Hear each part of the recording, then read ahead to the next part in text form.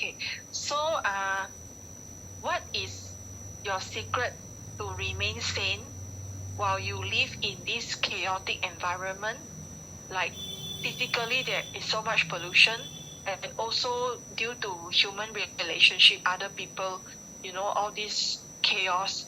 How do you remain sane and always in good spirit?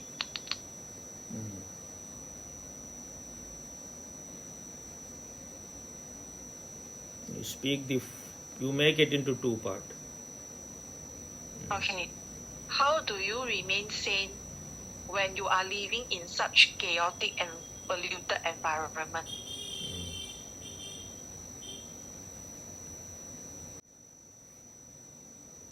There are two types of people. You can call them introverted and extroverted, or introvert and extroverts.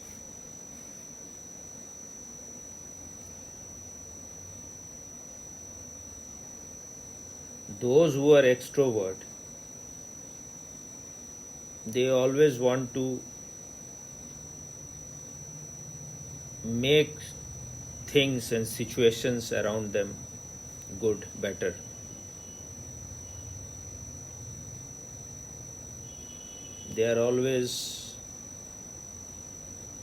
They depend more on their behavior, and they want to behave and act according to others.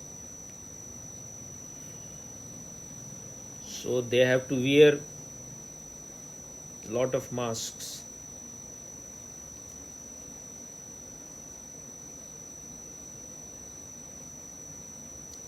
And these kind of people,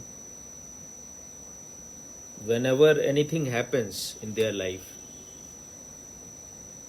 they are all the time they want to change the outside, change others, or please others, or win other people. So that is the effort they are always making. Those who are introvert, whenever whatever will happen, they will turn in, they will look inside.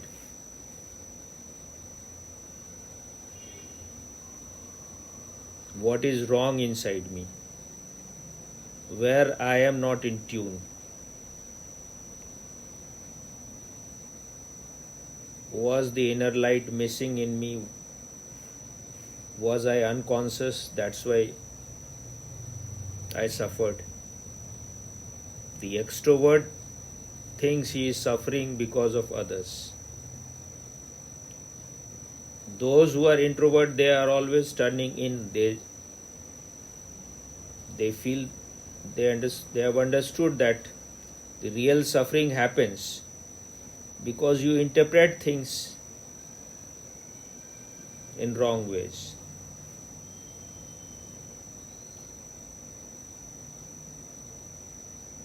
Just I was going to write today on Facebook. Identification is a sin, and sin means forgetfulness. The more you are identified,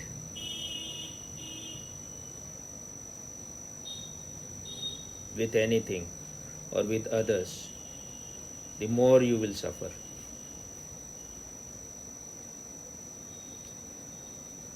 You have to find out what is your very essence. Is there anything within you which remains always same, which cannot be disturbed, which cannot be polluted? Whatever happens on the outside, it is not affected.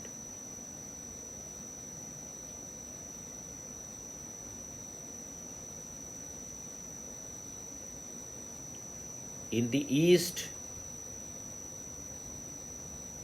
especially in India and in few other countries also,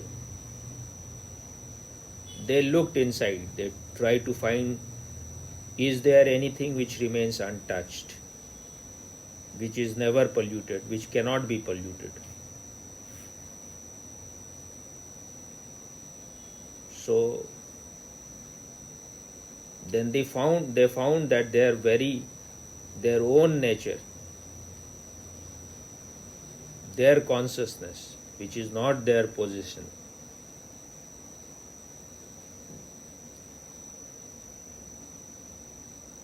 your consciousness is the universal consciousness. It is same in everyone. That is not affected.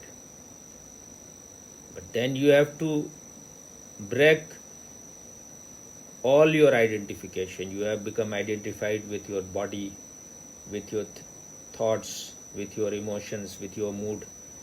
You have to create, by watching it, the more you are able to watch, the more you create distance, more you become separate. When you are totally established in your witnessing consciousness,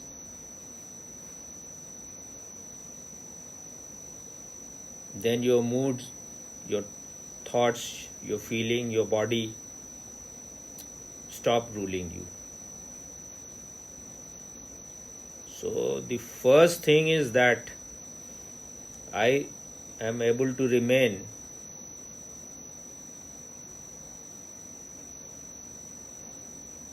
unaffected, and I don't even want to please other people. Whatever is their opinion about me, I don't care much. One of the reasons must be that in this impersonal journey of the consciousness,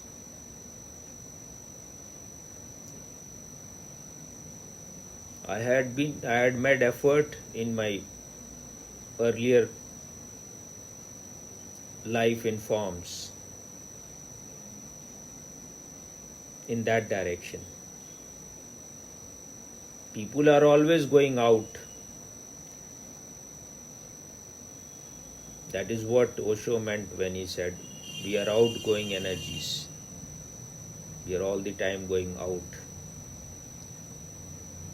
So if you want to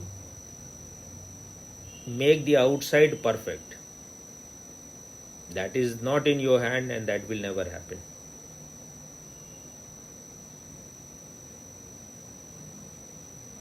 Because change is the very law of life.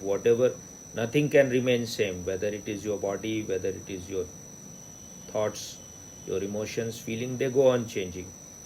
You have to find something which remains always same, always unchanging. You have to find the hub of the wheel,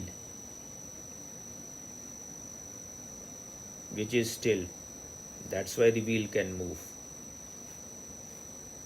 Until and unless you find out your real center,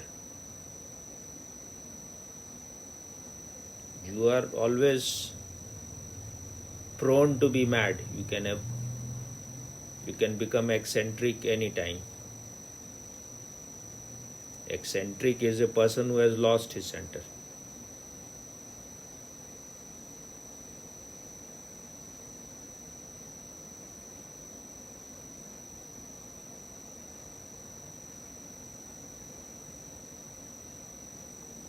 Anyone who is running out, one who has lost his center, is mad. Only in degree you differ.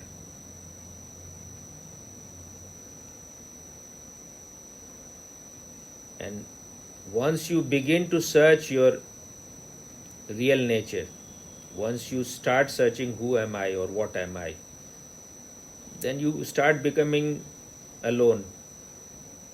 Because this is a crowd of unconscious people. They cannot be your companion in that search. There you are totally alone. It is a flight of alone to alone. It's a flight of eagle or a swan.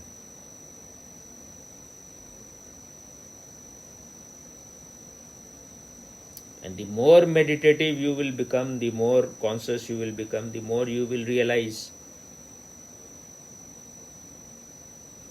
all your friends, your relatives, your mother, father, your parents, your brothers, sisters, your lover, they are all mostly very superficial people. If you are interested in dreaming, then you can time pass with them. You can, if you are interested in entertainment, physical, psychological, any kind of entertainment, they are good for that. But once you start becoming mature and you try to know who you are, then you will see, you will start losing all of them. There is a Hindi song from a movie of Guru Dutt, a very great actor, Indian actor. Bichre sabhi bari bari. That means you start losing all of them one by one. But if you want to reach to the Mount Everest, you have to keep yourself as light as possible. You cannot take your relatives, your friends, your lovers there.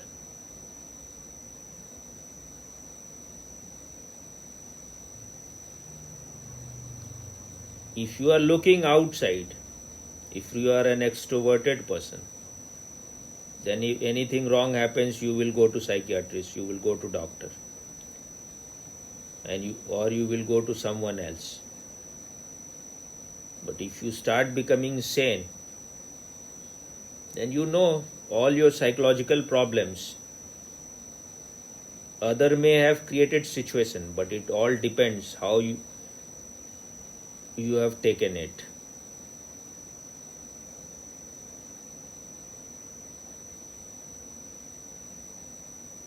My master said to me once, stop reacting and see the miracle. He didn't say see the miracle, he said then see what happens. So how you can stop reacting? When others have just they are moved to periphery, they are no longer so important. If you think others are so important, then you will always get hurt. They will be hurting you and you will always suffer. But once you realize the real thing is your consciousness, that is you. You and consciousness are not separate. They cannot be separated. You can never lose consciousness. Once the consciousness leaves this body, then the body becomes totally worthless. It is of no use. It will start rotting. So this consciousness is the inner mirror. When the mirror is clean, things are reflected as it is.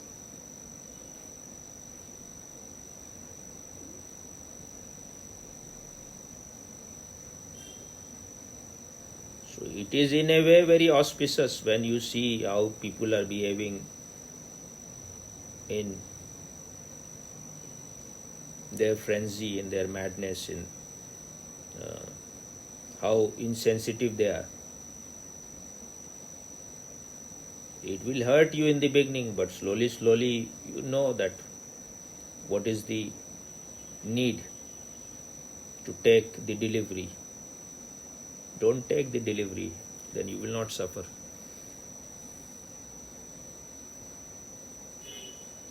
For me, love is consciousness in action. There is no love other than when you are conscious. An unconscious person cannot love. His love can be at the maximum emotional, but your emotional states can be very impure. You can be very emotional. You can be very emotionally volatile. You can go mad with your emotions. Just being emotional is not enough. Your emotion needs to be purified, and it can be purified only when you go on watching it.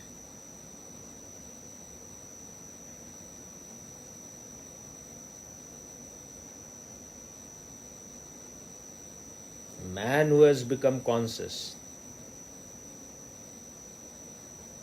he is not ruled by his emotions, by his thinking.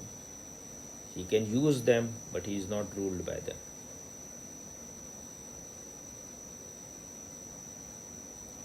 So the more polluted environment around you, the more unconscious people are around you, the more challenging situation becomes. So you have to respond by being more conscious.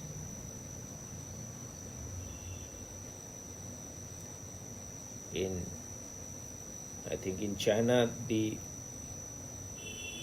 doll of Bodhidharma is called Daruma. You throw it anyway, it will always sit in lotus posture because its lower part is heavy, so it will always, you can throw it in any way, it will again and again it will come back to the lotus meditative posture.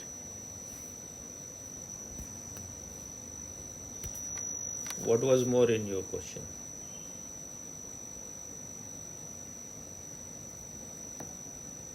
Second part of the question is, amidst all this chaos surrounded by all these dramas, how do you always remain in good spirit? I am not a stone that nothing touches me, but whenever anything happens, I will always turn in, and the solution is always there. The more you find people around you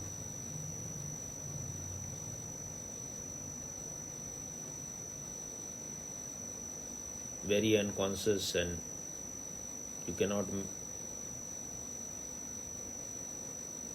reach to them, they are totally closed. And I have found that the more you are educated in this kind of mechanical education,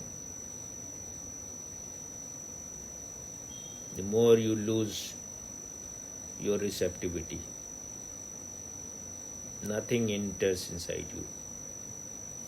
You have become a closed door, closed window. There is no door, there is no window in your house. You are in your graveyard. So everything has to be learned through experience. Vivekananda used to say, experience is the only teacher. So whatever mystics and sages and enlightened people have been saying, until and unless it becomes your own experience, you see it in your own life, you can never become mature just by listening to enlightened people.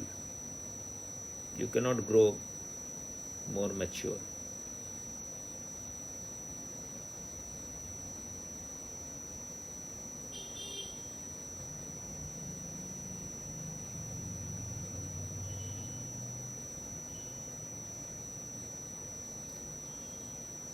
The more you are put into fire, the more your gold will become pure. So, if you are ready to learn, any situation will help you. But if you are ready to be depressed, you can be depressed even in paradise.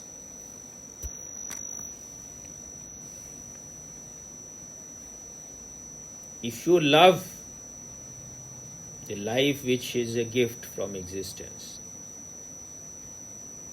then you start becoming responsible. It is my life, so I have to make it artistic, I have to make it beautiful.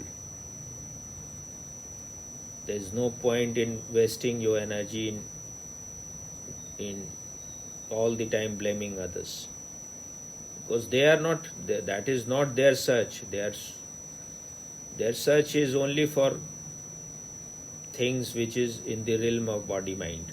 They are only interested in fulfilling their basic needs.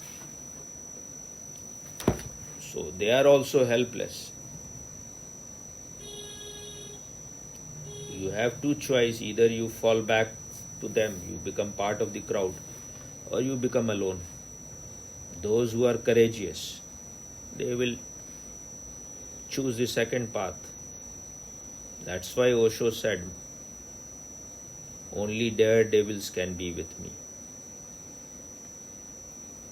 And my master, in his book, he said that Osho's sannyas is very easy, anyone can take.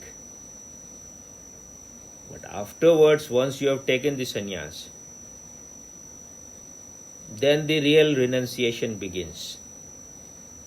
The more you are ready to renounce the non-essential, the irrelevant,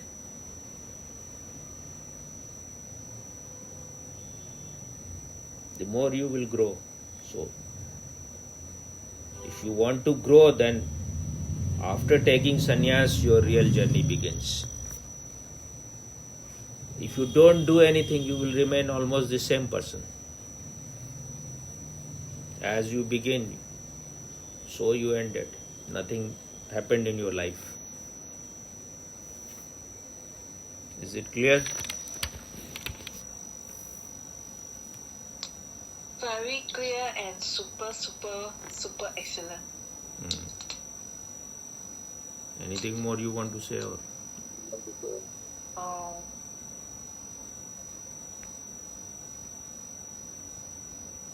is there any time where you look inwards and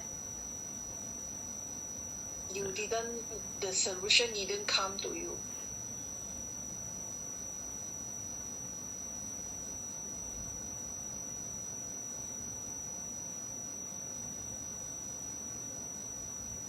if it doesn't comes, then you have to let go.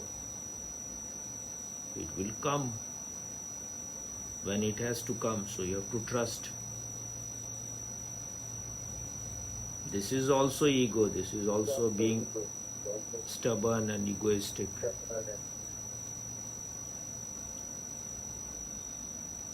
You have to wait for it to come. So it will come.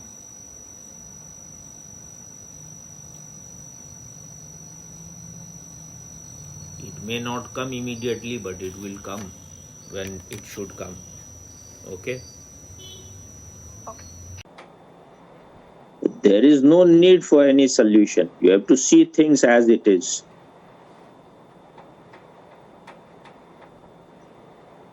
Your inner state is always same. It is always all right. But when you have expectations from others, then you suffer. Maybe physically, in your physical world,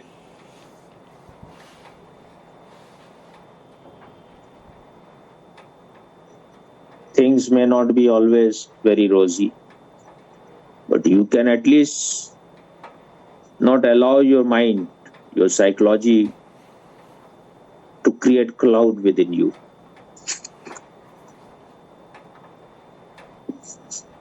Once you know your real nature, which is to remain empty of all contents,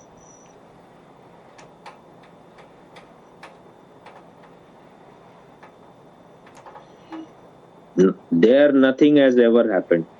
So you will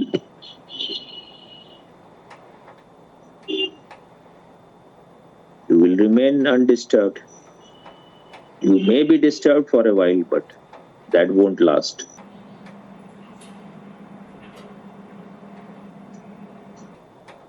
So how was your Kundalini tool yesterday? I would say in the last stage there were thoughts, but today I'm super happy. I don't know, I think because the active meditation was making the energy more alive, so I feel more alive today. You are stubborn to choose passive meditation. You are not so matured for that. You are just, some people take themselves very high, and that is their doom, their undoing. That is more total. It is, thoughts are there, that means that is your reality, it is surfacing. You can sit over thought by your decision, but that will not, if you're not fighting with thoughts, you are just being passive and watching it, how long it will last? Because you fight, so they also start giving you fight.